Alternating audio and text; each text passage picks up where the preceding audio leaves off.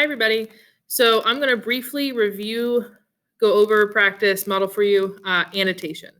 You've been annotating or taking notes, it's the same thing, over what you've read or what you're reading forever. You were probably doing it in elementary school. I know you did it with O'Reilly, and you've done it with me before if you've had me before. So we just want to review what are those basics of annotating, and especially because now that you're going to be doing it all online, how do we translate what we've normally done handwritten to a Google Doc? Okay. Now, if you decide that you still want to do your annotations handwritten, that's fine. You'll just have to actually take a physical picture of what you're annotating instead of sending it to me a Google Doc. But I still want those handwritten notes set up the exact same way. I'm getting ready to show you how to set it up on a Google Doc. So first thing is going into your drive. So when you're taking annotations or doing anything for class, make sure you do it in the class folder. If you just have all your documents sitting out, sort of like how I have these bottom ones, they can get lost a lot more easy. So create a folder for my class and for all of your classes. So then when you want to start a new document, you go into that folder. There it goes. And then within that folder, you then start that document. So it's always saved in the same place and you're not going to lose it.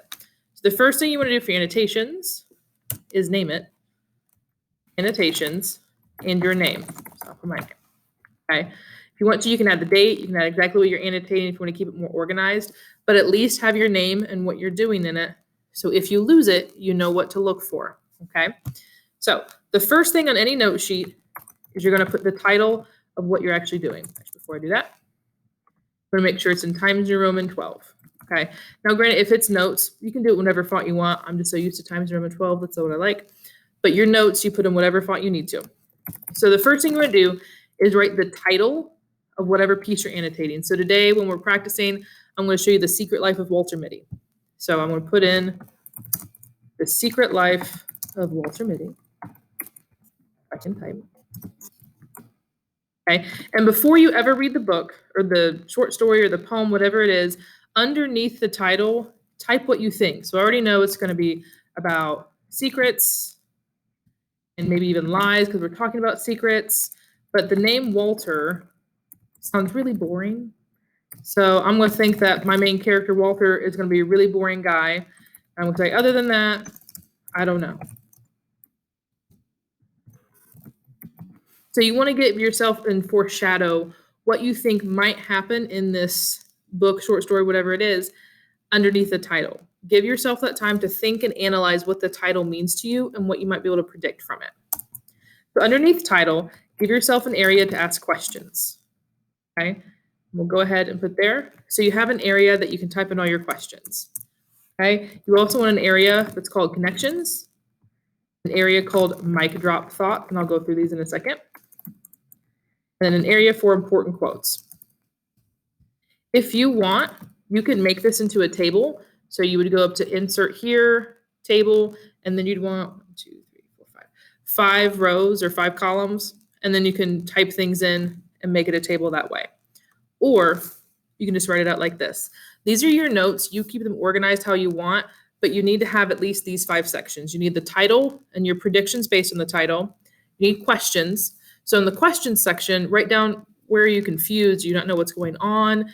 Do you have questions about what might happen later? Do you have questions about how it might relate to something else you've read? Any questions you have about what you're reading, put in your questions section.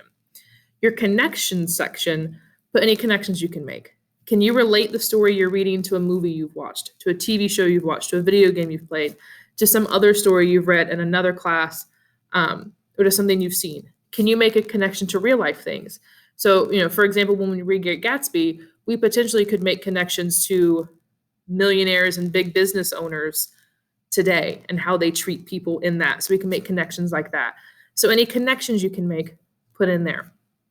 Your mic drop thoughts. Those are literally thoughts that you think, I'm a genius and I need to write it down. I have a beautiful idea. Okay, write your beautiful ideas there.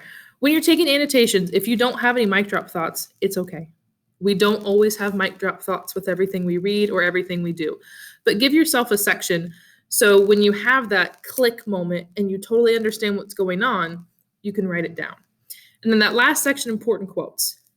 With anything you read, Always try and pull out at least 2 important quotes that you thought that was worded really well. I really connected to it. It just sounds really important.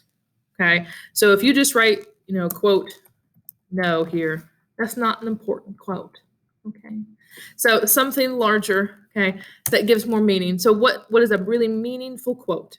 Or think if you're trying to support the theme of a text, what's a quote that would do really well there to support the theme? Okay. So if we look here, The Secret Life of Walter Mitty, obviously you're reading this online, so you can't highlight. It makes it difficult. Okay. So, but if you wanted to pull out a quote, you still can copy paste if that's what you wanted to do and pull those out. So automatically, we said, we're going through. The commander's voice was like thin ice breaking. He wore his full dress uniform with heavily braided white cap pulled down rakishly over one cold gray eye. So it's really exciting. We're going through. It starts out super exciting. So I might, go ahead and right now in a connection, I might connect back to my title thought, saying, I thought this was going to be super boring, but it starts out with action. So I'm a little off put. I think the title's misleading so far. Okay.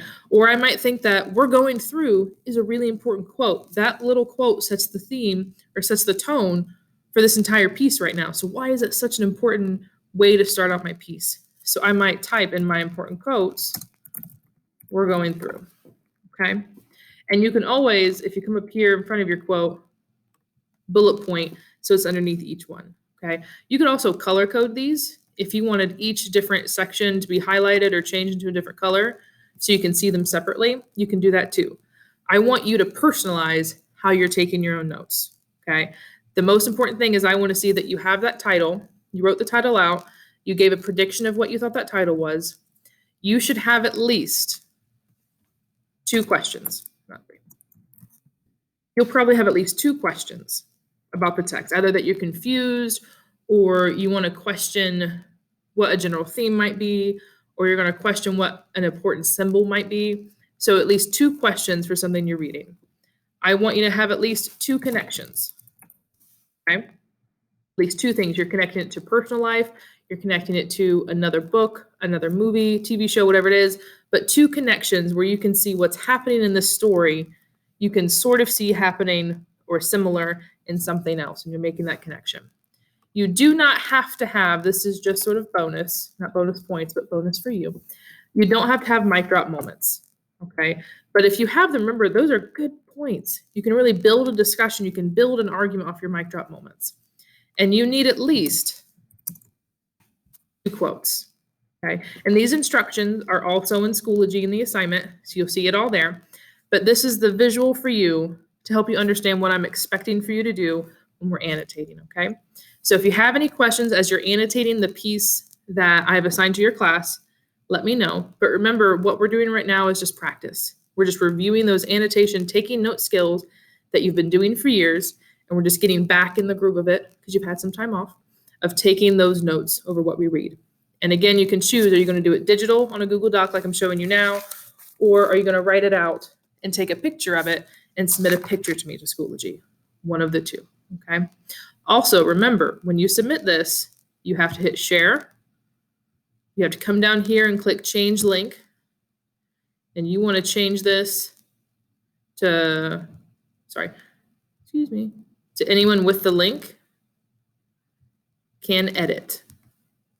Okay, you need to let me be able to edit this so I can give you comments on what you're doing. Okay, if it's not turned in correctly, remember, I won't grade it. So then you're going to come over here and you'll copy. So right click copy, and then it's that link that you're going to paste into the submission on Schoology to turn it in when you're done. Okay, so if you have any questions, let me know.